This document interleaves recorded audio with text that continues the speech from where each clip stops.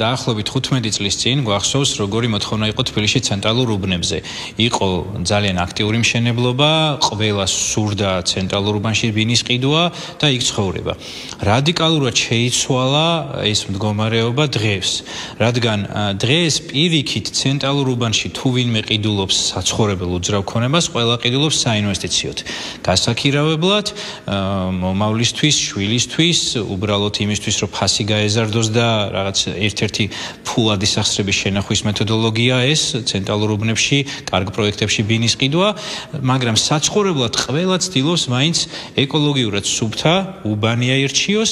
ესეთი უბნები კი ყველამ ვიცით, რომ უკვე ცენტრალურ უბნებში და ცენტრალურ თბილისში აღარ არის, შესაბამისად, აქტიური განაშენიანება მიდის თბილისის გარეუბნებში და ასევე ქალაქ გარეთ. გამოიკვეთა რამოდენიმე უბანი, სადაც ფასები ძალიან სწრაფად გაიზარდა, ეს შეიძლება ვთქვათ წყნეთი, კაკლები, შემდეგ უკვე ოქროყანა, წავკისი, მთაწმინდის მიმართულებით და ასე შემდეგ. იქიდან გამომდინარე, რომ ფასი იზრდება, მარტივად შეგვიძლია დავასკვნათ, რომ მოთხოვნა ყოველ წელს იზრდება, რადგან წინააღმდეგ შემთხვევაში ფასი არ გაიზრდებოდა. ფასი კი ყველას გვახსოვს 10 წლის წინ რა ღირდა, მაგალითად საგურამოში მიწის ნაკვეთი და დღეს რა ღირს, დაახლოებით 6-ჯერ, 7-ჯერ, 8-ჯერ მეტი ღირს.